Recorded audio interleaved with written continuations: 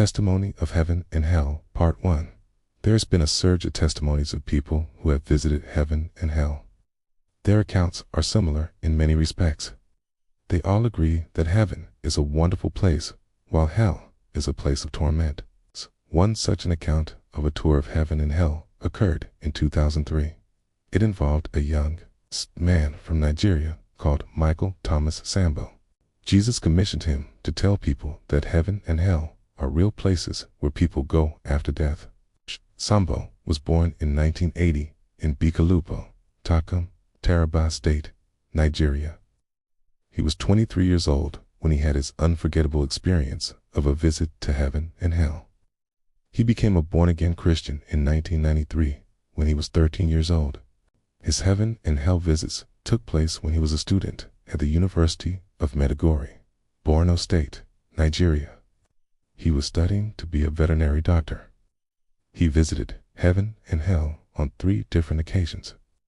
Asterix first visit to heaven in April 2003. Sambo was attending a youth camp retreat in Takum, Taraba State. The retreat began on the 23rd of April and ended on the 27th of April 2003.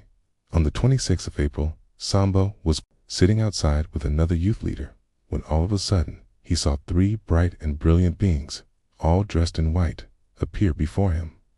The splendor of being in the middle was greater than that of the other 2 beings. The being's face shone like the brilliance of the sun at noon. The being introduced himself as Jesus Christ and informed Sambo that he was going to take him on a tour of heaven to see the glory of God's kingdom. Kana, Sambo dropped his Bible, jotter, and pen and followed them. They entered the youth prayer room and he knelt down. Jesus informed him that he may come back, or he may not come back. Sambo told another youth leader, who was in the room, that he was going home, but he did not seem to understand what he was saying. Sambo was not sick. He was very healthy. Sambo did not understand what happened next, but those who were there later told him that he simply fell down and died on the spot. Journey to heaven. Sambo's spirit put on a shining, glorious spiritual body, which was dressed in white. Then they embarked on their journey to heaven. They eventually came to a very high, beautiful, and magnificent gate that was shining and glittering with lots of splendor. The gate was manned by 2 mighty angels who had books in front of them. They immediately bowed down and worshipped Jesus Christ. The 2 angels welcomed Sambo to heaven.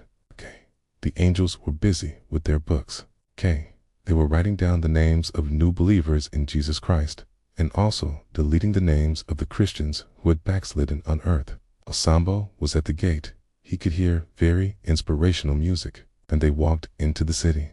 Sambo had no words to describe the beauty of heaven. Heaven was the perfection of beauty, and it was glorious and majestic. Sambo was walking on a street of gold, and he could see a reflection of his image on the floor. He was enveloped with heavenly joy, tonically forgot about his past and the world, and began to enjoy heaven. Jesus suddenly disappeared. The angels led Sambo to the throne room, where he saw Jesus seated on his glorious throne.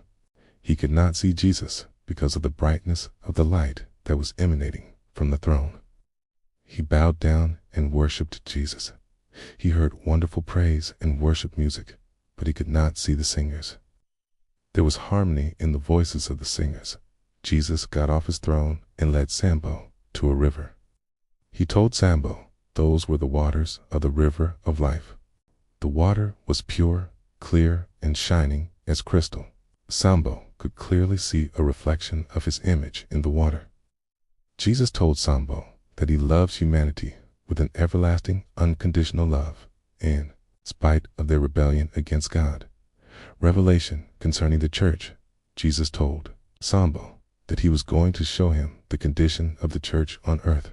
Jesus pointed to a particular spot on earth, and a big screen appeared. Sambo saw a very large auditorium filled with worshipers to capacity. They were praising and worshiping God. Sambo thought that church was on fire, worshiping God, but Jesus told him that was not the case.